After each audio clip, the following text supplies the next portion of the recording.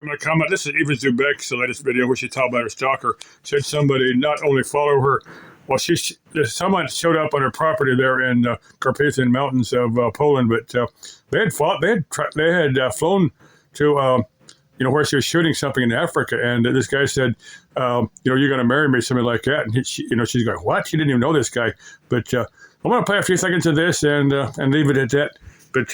Well, check. I don't know about here in the United States. Here in Arizona, it depends upon the state, but some states you can carry a gun.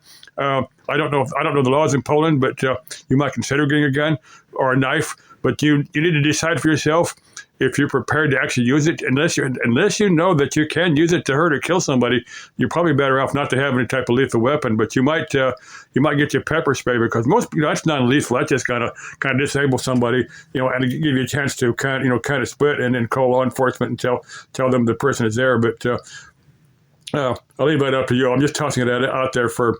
For whatever you want to do with it. But let me play a second of this, because this is pretty good. You talk about, how when you start a YouTube channel, you're kind of exposing yourself to stalkers and stuff. It's a very strange thing sometimes to be a YouTuber, or even to have a social media presence of any kind. In a way, when you sign up to do this, you automatically lose some privacy. That's a given. But you're also still just a human being, and you do have the right to feel safe. You have the right to protect yourself, and you do have the right to retain privacy to the degree that you want it. Public people are not public property. And I know that some people will disagree with me, but I strongly believe that if someone chooses to share their life with us online, we should always respect their boundaries, whatever they are. And I guess I don't need to explain that trespassing on someone's land in order to find them there definitely crosses a very serious boundary.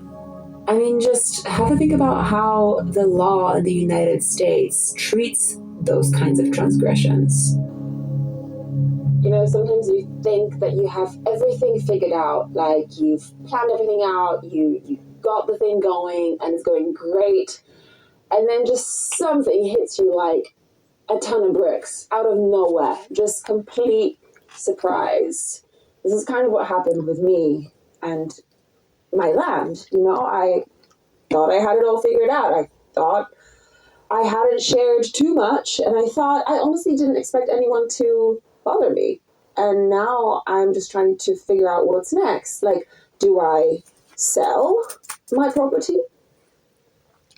That's your choice. I think I'd put some type of structure that a stalker that you could lock the doors on, but it's just bare land. She'd put a tent up there, and tents are pretty vulnerable to not only human stalkers, but maybe different bigger wild critters. I don't know what type of bigger wild critters are there in eastern Poland and the Carpathian Mountains, but I'll leave that to you. But what you want to do, but I just put that out there. Love you, chick, and I hope you get things worked out that that are good for you. Okay, bye. Oh, chick, I'm way too old for a boyfriend, so I'm not putting myself in that category. But still love you, chick. Bye.